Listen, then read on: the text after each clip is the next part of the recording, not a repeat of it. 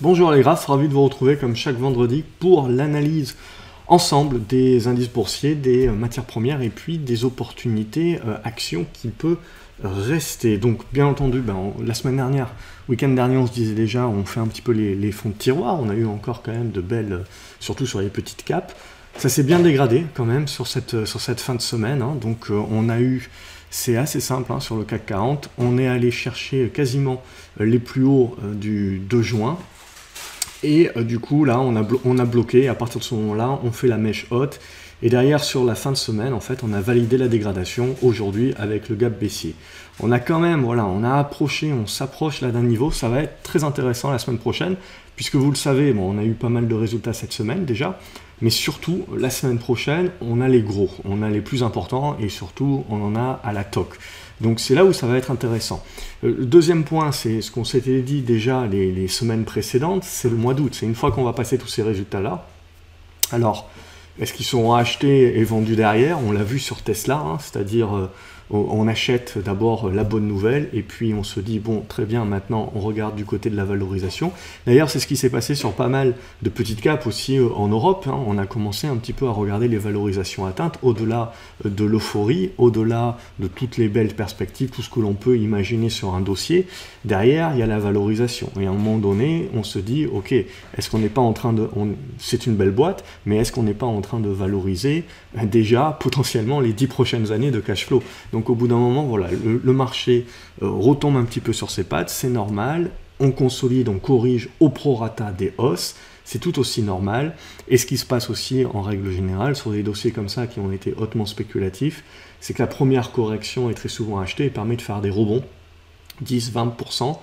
Après, bien entendu, on part dans plus des constructions qui peuvent potentiellement durer. Et potentiellement, c'est ce à quoi on va avoir droit. Et donc, du coup, on regarde un petit peu le CAC 40. Et ce qu'on regarde sur le CAC 40, donc on était sur la partie haute, hein, on avait parlé de ces 5010 points comme pivot. Et on les a cassés, donc, avec un gap baissier qu'on n'a pas refermé aujourd'hui. Donc, tant qu'on va rester en dessous de ce niveau-là, on est en mode dégradé. Mais pour autant... il ne faut pas jeter le bébé avec l'eau du bain, pour reprendre une expression que j'aime bien, parce que, vous le voyez, on a quand même d'autres supports. Donc du coup, l'idée c'est de se dire, est-ce qu'on va dégrader d'un coup d'un seul et aller chercher les 4007 comme ça d'un coup? On verra avec les résultats. Il y a potentiellement un autre deal US qui va arriver aussi, du soutien également qui peut arriver en mode New Deal pour les infrastructures. Donc voilà, et ça peut aider les cycliques. On a vu que l'automobile cette semaine a quand même plutôt bien réagi. Donc du coup, ça a plus aidé le DAX par exemple que le CAC 40 où les pondérations au niveau de l'auto sont bien plus basses. Donc, le CAC 40 a plutôt été timoré, on va dire, à cause des valeurs beaucoup plus de croissance et notamment du luxe. On va le voir avec LVMH un petit peu plus tard. Donc au niveau du CAC 40, pour moi, on est dans une neutralisation dégradée, c'est-à-dire 5010, 5050 points, tant qu'on ne remonte pas au-dessus, on ne redevient pas positif derrière sur une potentielle nouvelle poussée vers les 5200, 5300 points. Là, donc du coup, on reprend une casquette observation, casquette prudence, sous ces 5010, 5050 points. Ce qu'on va observer derrière, c'est la réaction des acheteurs. Alors aujourd'hui, ils ont défendu une zone sur les 4930 points, mais ce qu'on va regarder donc la semaine prochaine, on voit la moyenne mobile 50 va remonter à peu près à ce niveau-là, et on va se retrouver avec une congestion. Donc là, c'est l'idée. On sort par le haut de cette congestion, on repart pour un tour, bien entendu, le schmilblick restera le même, mais éventuellement, on se dira, on remet un petit peu plus tard cette dégradation. A contrario, si on fait des chandeliers ici, et plus on passe du temps à ne pas être dans la capacité de repasser les 5010 points, plus on va dégrader la tendance. Et cette dégradation se validerait donc sur cassure des 4880, 4900 points. Et là, on s'ouvrirait éventuellement un retour vers la zone des 4770 points à 4700, 4650 points dans cette zone-là, éventuellement. Après, voilà, c'est de se dire, est-ce qu'on va y aller d'un coup ou est-ce qu'on va y aller un petit peu en mode escalier? Ça, c'est une autre question et on commentera ça au jour le jour sur gravecobourse.fr avec mes différents partages. Donc, l'idée, voilà, elle est claire. C'est qu'on continue pour l'instant d'évoluer dans cette zone-là. On avait parlé de cette oblique ici, donc qui est breakée. et qui va maintenant servir éventuellement de résistance. Donc clairement, là, cette fin de semaine, en mode dégradé, casquette d'observation, et on fait attention. La chose en gros qu'on se dit, c'est que tout le monde est bien content de prendre pas mal de profits avant de partir se ressourcer pour le mois d'août, et en gros, grosso modo, en septembre, on se retrouvera pour éventuellement parler seconde vague, des reconfinements potentiellement, mais surtout élection américaine. Ce sera ça qui éventuellement impactera les marchés. Donc du coup, quelque part, hein, c'est ce qu'on s'était déjà dit les semaines précédentes, hein, une fois que les deals européens et US à la limite ont été faits, on sait très bien que Fed, gouvernement derrière, ne vont pas tirer une nouvelle cartouche avant très certainement l'automne. Et derrière, une fois que les résultats sont passés, voilà, quels sont les catalyseurs derrière. Donc c'est ça qui rend le mois d'août finalement un mois très certainement où ça sera bien de se reposer. On va regarder donc le Nasdaq. Le Nasdaq, lui aussi, il est en mode correction. Donc on voit, il avait corrigé sur ses 10 300 points, rebondi, fait quasiment un double top. Et derrière, surtout, on voit, il a accéléré hier une prise de profit sur la cassure de cette oblique ascendante-là. Ce qui nous a fait casser la moyenne mobile 20, casser le précédent point bas. Donc ça y est, on a enfin, je dirais, cassé un précédent point bas de correction. Donc ça, voilà, c'est également un signe de dégradation. Un autre signe de dégradation, c'est qu'on est venu, on voit, chercher le support de l'ancien point haut là, du 23 juin, sur cette zone des 10 300 points, et on a rebondi jusqu'à la moyenne mobile 20 qui pour l'instant se valide bien en résistance. Donc là aussi, comme sur le CAC 40, on est en train de dégrader, on est en train de valider une conso un petit peu plus profonde, mais attention, il ne faut pas jeter le bébé avec l'eau du bain, il ne faut pas tout de suite parler de crack, il ne faut pas tout de suite parler voilà, que c'est la fin des haricots, etc. Chaque chose en son temps, c'est-à-dire que le marché peut très bien prendre des profits, peut très bien aller chercher des supports, là, revenir chercher les 10 000 points par exemple sur le Nasdaq. Mais pour autant, voilà, ça sera certainement des zones également qui déclencheront des acheteurs, parce que certains acheteurs verront des titres revenir, qu'ils ont loupé, etc., et verront ça plutôt comme des opportunités de revenir sur le marché. Donc à ce stade-là, on est en mode dégradé. Clairement, on fait attention. C'est le moment de serrer les plans. C'est le moment de prendre des profits et de voir venir la suite des opérations. Mais en tout cas, voilà un premier signe de dégradation, de prise de profit net, sur lequel il va falloir dorénavant certainement voir tout cela en mode observation d'un point de vue construction.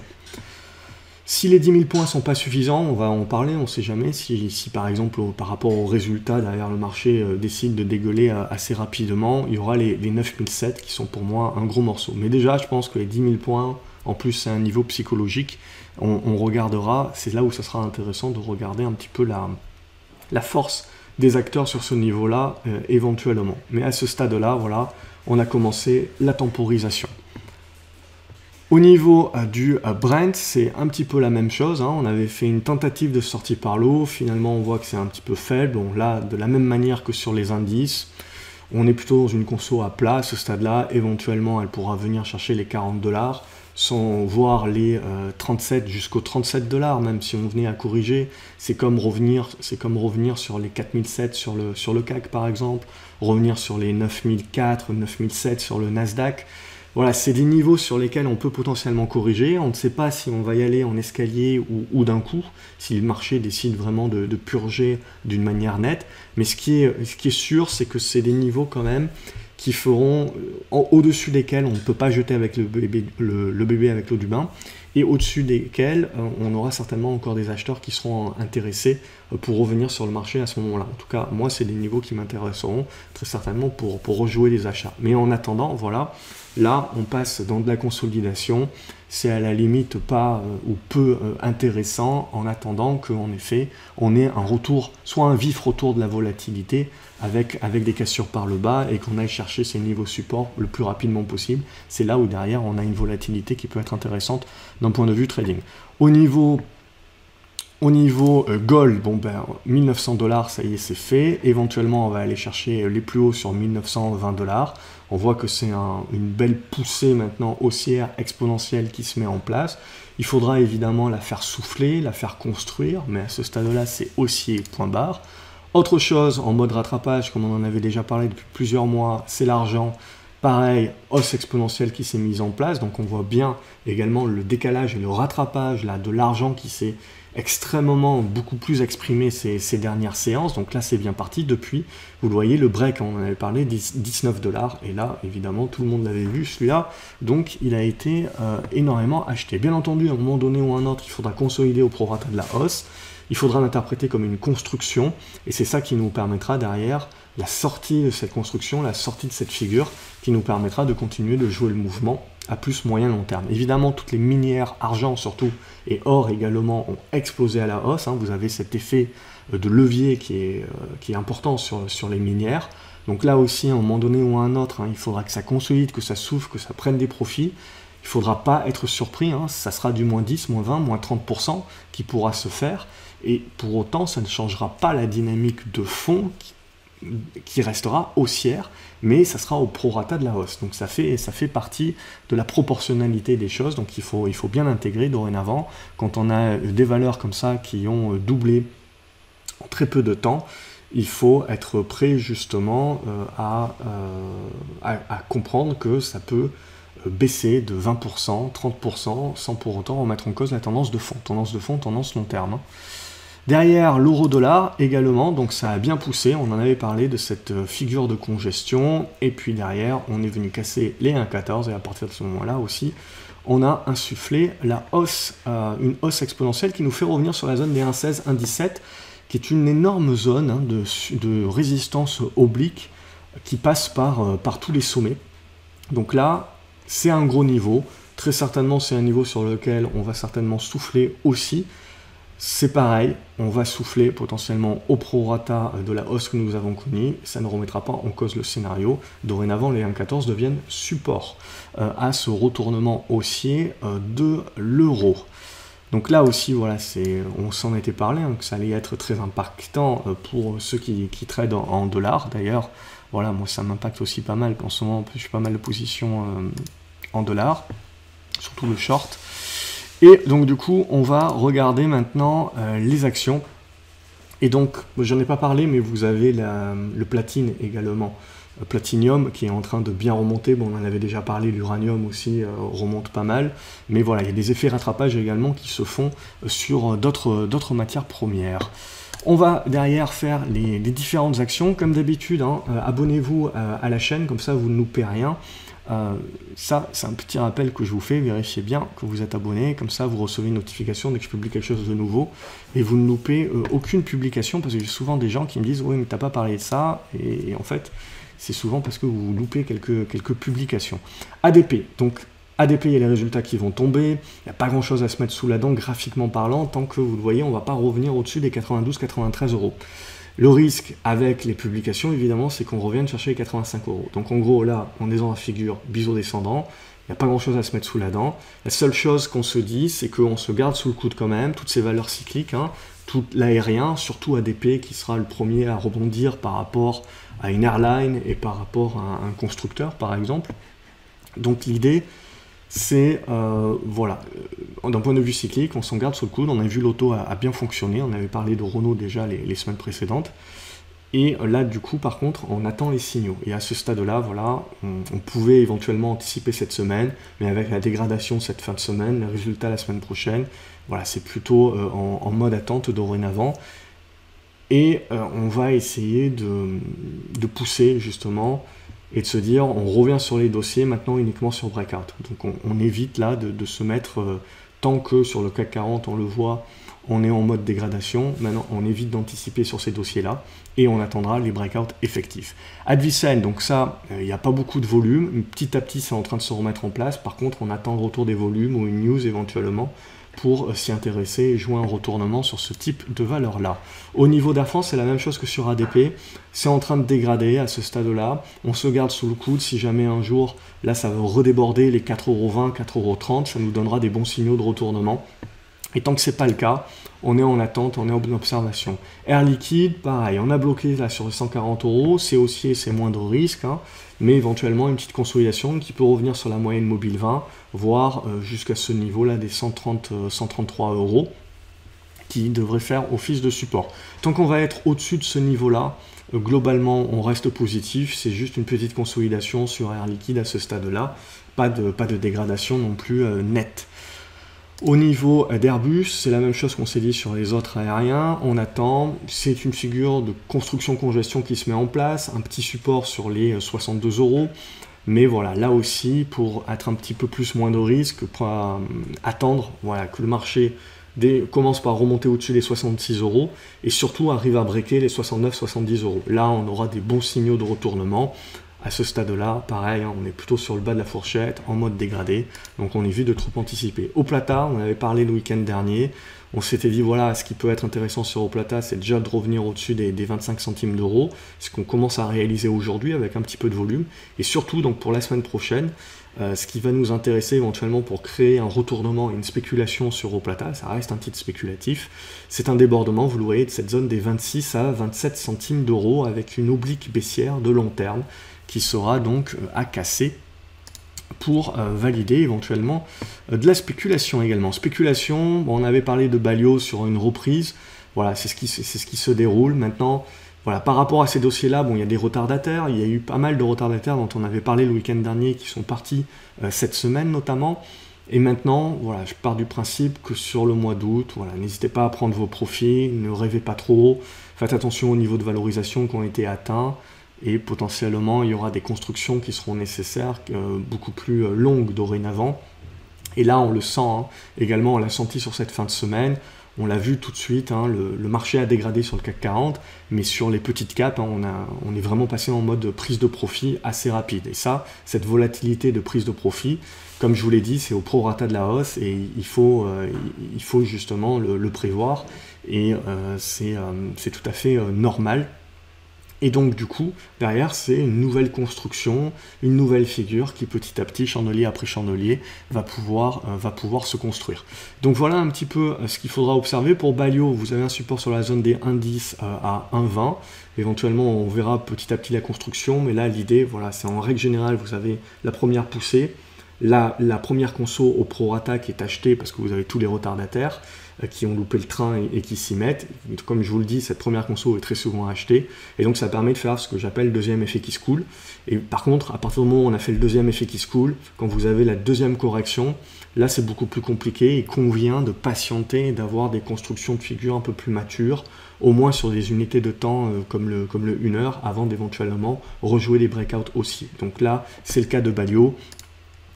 En mode attente dorénavant. BIC également en mode attente, on a atteint le niveau de résistance dont on avait parlé le week-end dernier, et dorénavant, voilà, on est en congestion-consolidation, on reste bien positif, hein, avec un début de retournement qui s'est mis en place, qui reste validé tant qu'on ne referme pas ce gap ici. Big Ben Interactive, ça reste neutre également à ce stade-là. Il faudra, on le voit, ne pas casser évidemment les 11,80 €, 11,60 € par le bas, hein, scénario caduc sinon, mais surtout pour libérer la hausse, c'est casser les 12,80 €. Au niveau de Bolloré, ça reste positif, hein, plutôt bien résisté cette semaine. Toujours ce niveau de résistance à 3,05 € à casser pour aller chercher les 3,20, 3,30 €.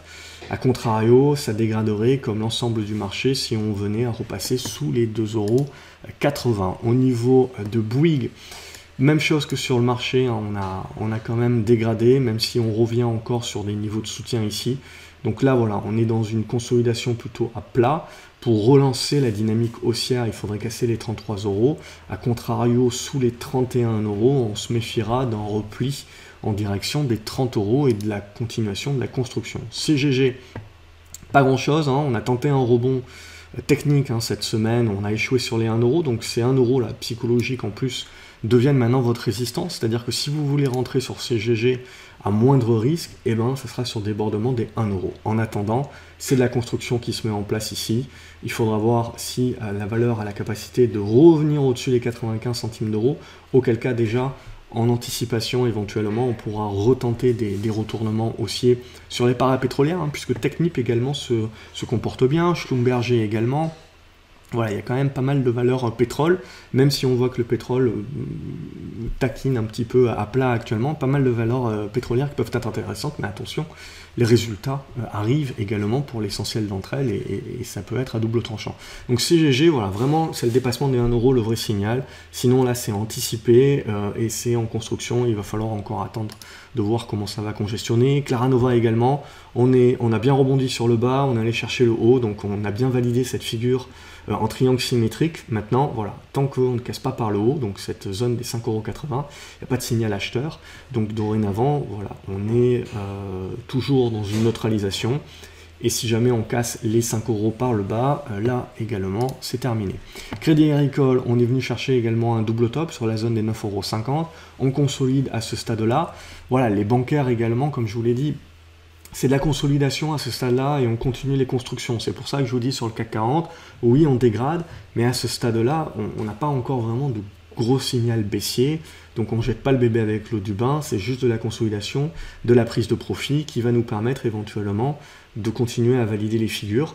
Par contre, quand on cassera les figures par le bas, là oui, ça sera des signaux baissiers. Mais à ce stade-là, c'est encore de la construction, de la conso. Sur Crédit Agricole, c'est les 8,60 € également que je vois en support. Sinon, les 8,40 € vraiment en dernier rempart. Et en dessous, là, on sera un peu plus sceptique. Il y a pas mal de valeurs qui se font racheter, donc les OPA. On en avait parlé dans précédentes vidéos, également ces précédents mois. Je vous avais dit que dès qu'il y aura un petit peu de visibilité, il y a énormément de liquidité, il y a énormément de cash.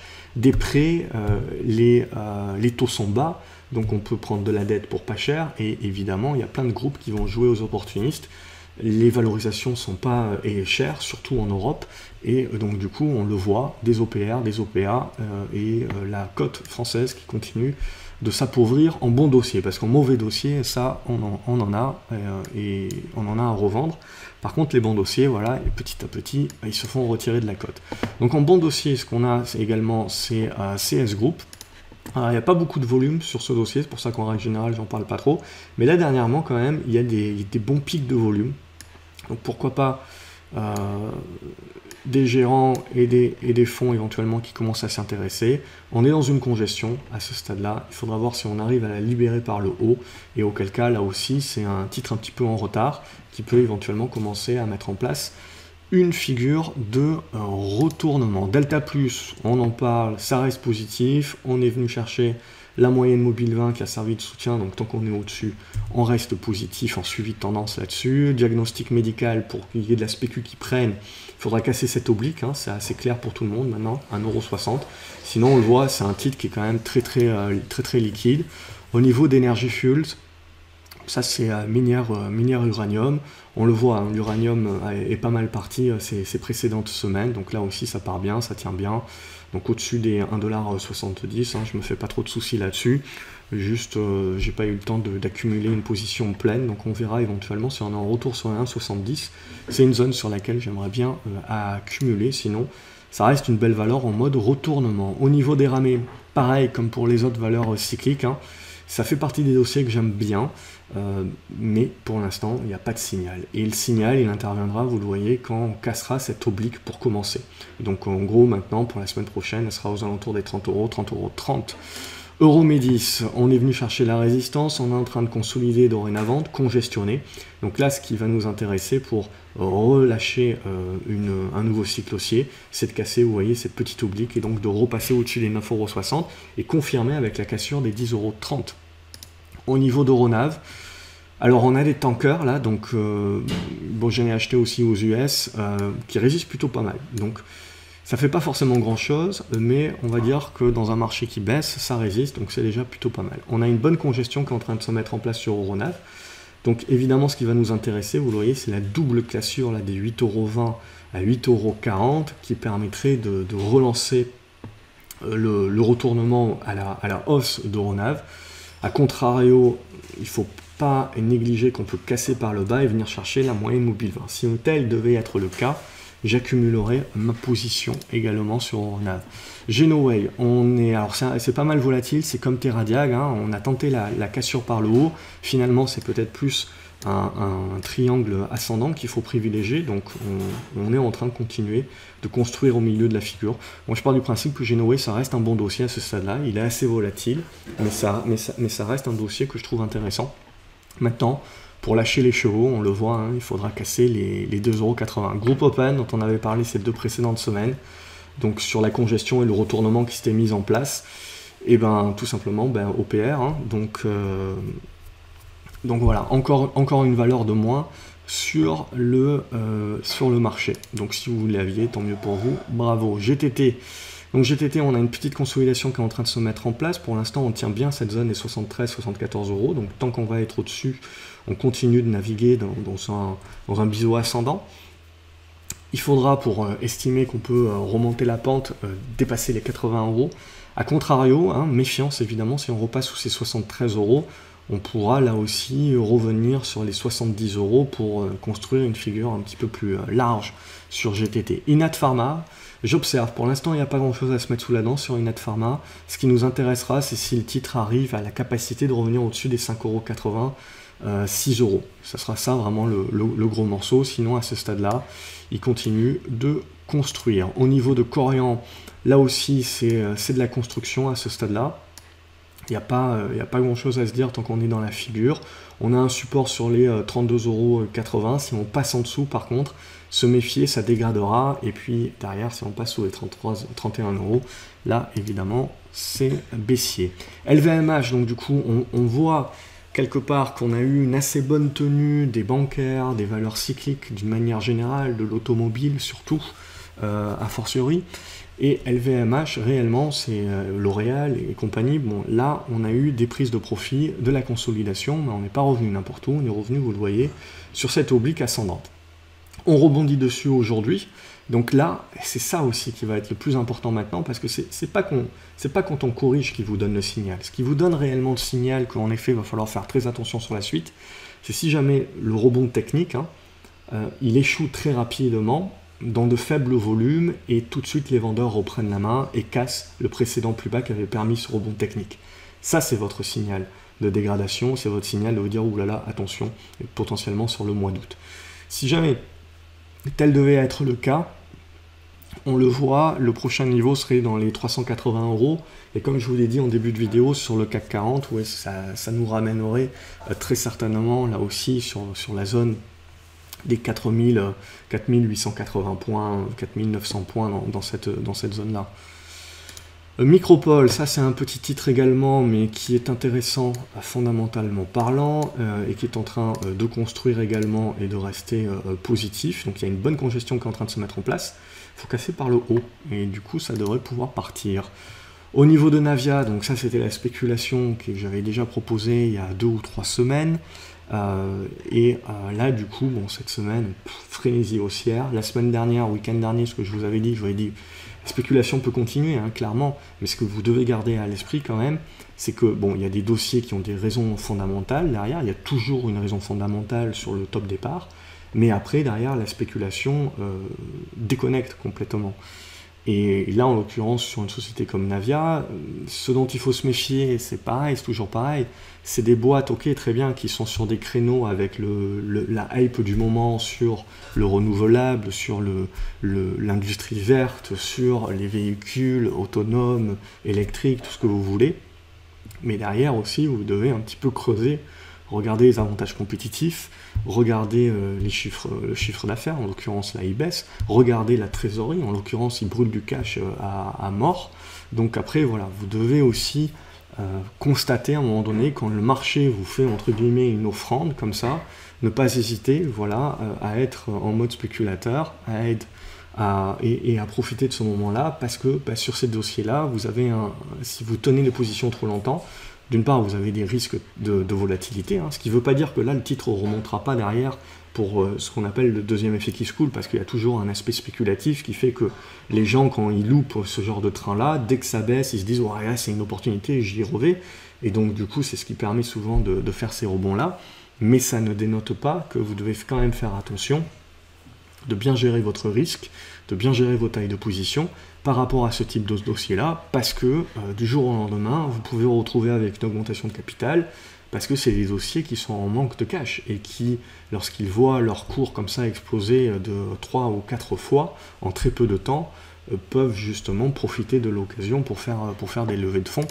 Et voilà, on ne va pas leur jeter la pierre, hein, ça fait partie du business justement, et le but, quand on a un business, c'est d'essayer justement de sécuriser dans le meilleur timing possible son cash justement pour les mois ou les années à venir, surtout quand on a une activité qui brûle beaucoup de cash.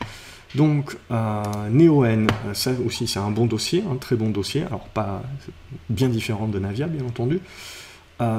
L'idée ici, c'est de la continuation en mode suivi de tendance. Il faudra juste être un petit peu plus prudent si jamais ça bloque là et qu'on passe déjà en premier lieu sous les 38,30 €. Ce sera un premier signal de dégradation, et derrière le gros niveau c'est cette zone des 37 €.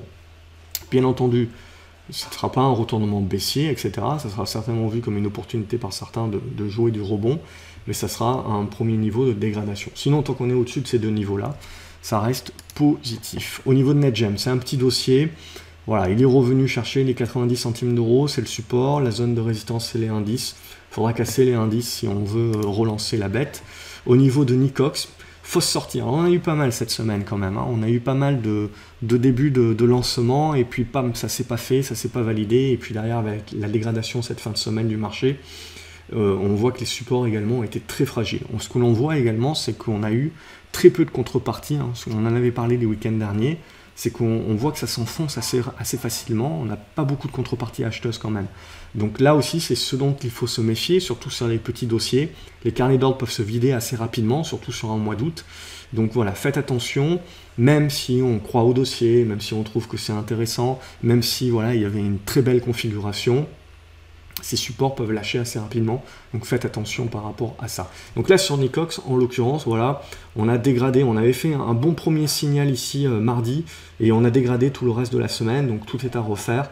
En tout cas, ce qu'on a validé clairement, c'est que c'est 4,20 € qu'il faut dépasser. Tant qu'on ne dépassera pas 4,20 €, c'est comme Inat Pharma, on n'a pas grand chose à se mettre sous la dent à ce stade-là. OCI, vous avez peut-être une congestion à jouer, j'arrive pas à tracer droit, donc il y a peut-être une petite congestion là à jouer sur OCI. Bon, ça c'est pour ceux qui jouent les modes rebond. Si vous avez le break ici des 10,80 €, ça peut lancer un début de mouvement vers la zone des 12 € éventuellement. Orange Belgium, pareil, il y avait un mouvement, on en a parlé ce matin sur l'Académie des Graphes notamment. Donc voilà, on a un premier mouvement, éventuellement il viendra chercher cette résistance, il fera le pullback, et là sur le pullback, éventuellement ça peut être intéressant pour les retardataires de rentrer. Ça peut être assez défensif comme valeur, parce que le stop finalement et le support il n'est pas très loin, donc il n'y a pas un risque énorme même si les marchés devaient se retourner.